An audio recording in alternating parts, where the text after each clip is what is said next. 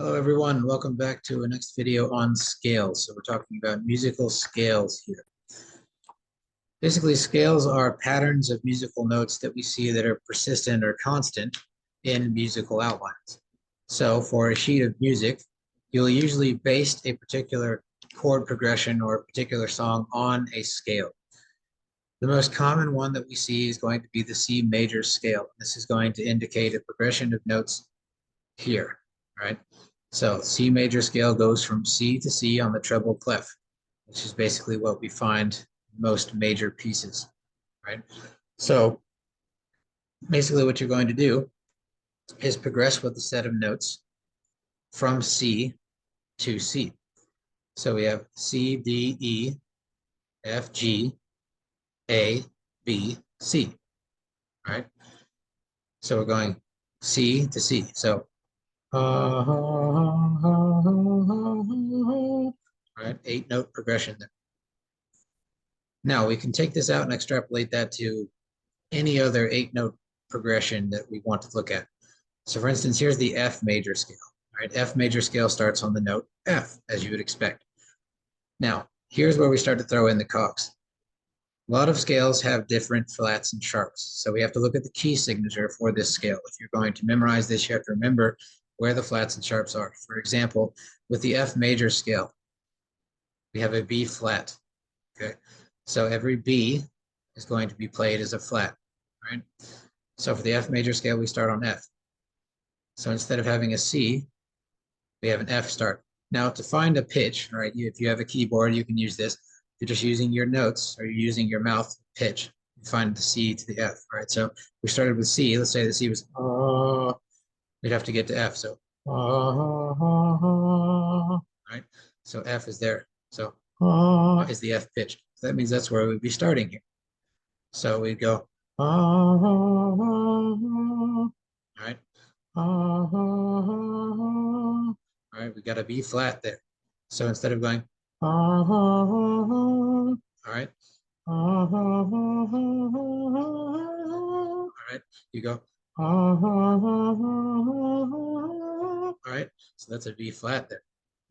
Now you do the same thing for G. The G major scale, you're going to have a sharp indication, right? And now we can find the pitch. It's pretty easy. Start out with C again. All right, so G is going to start with the here we have an F sharp indication. So, all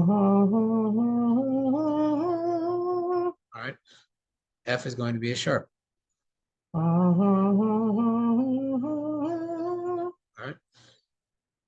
For the B flat major chord, you're starting out on B flat. So instead of starting out on a natural note, you'd be starting out on a flat. So for B flat, you'd have B flat and then E flat. Okay, so you'd have a B flat and E flat, 2 flat notes in that chord progression. So we go B to B, but we have a flat. So if you want to use our previous nomenclature on how to find a note, you'd have the B flat here. So for the F major scale, we had a B flat. So for our indication, we had, all right. So for C, right, or, so let's start it out here. We start with the C. Okay,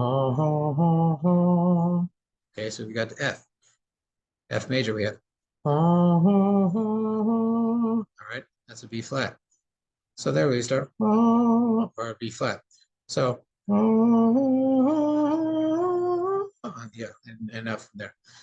So you have a B flat start and an E, all right, B flat and E flat. Then as you're progressing down the scales, you do the same thing, okay? D major scale, 2 sharps, E flat major, you've got 3 flats, right? So you got your progression of natural to 1 flat, 2 flat, 3 flat, 4 flat, sharps mirroring that. Now another example of our scales here is known as the chromatic scale. The chromatic scale is a combination of all of the possible notes that are in that specific section. So a chromatic scale is going to encompass every sharp and every flat that we have, okay? So for instance here, going from C to C, you would go C, C sharp, D, D sharp, E, all right, F, F sharp, G, G sharp, A sharp, B, C. Okay. Coming back down, you would go C, B, B flat. Okay. Now, interesting thing here. Coming up and going down. B flat and A sharp are the same thing. But you don't have that as you go up. As you go up, you indicate the next note as a sharp. Coming down, you indicate the next note as a flat. So the pitch for A sharp and B flat are the same, meaning that if you're playing on an instrument, the fingering or the configuration to play that note would be the same, but you are indicating it with a different name. Same thing goes for here with A flat, right? A flat and G sharp are the same thing. So for the chromatic scale, going up, you would register those notes as sharps just because it's easier to say C to C sharp instead of saying D flat, right? You go D, D sharp, E, F, right? Coming back down though, you would stay with the flats. Instead of going B, A sharp, you would go B, B flat, A flat, okay? So it makes it a little bit easier going up and coming down. But you see the matched notes, right? So A flat, same thing as G sharp. G flat, same thing as F sharp. E flat, same thing as D sharp, okay? So your nomenclature is going to be a little bit different depending on if you're coming up or down and what makes it easier. So the chromatic scale is going to be the entire thing, right? So if we have a C start, we're starting out with C going to C. So instead of the major scale, which is all right, 8, you would have each progression. So you would go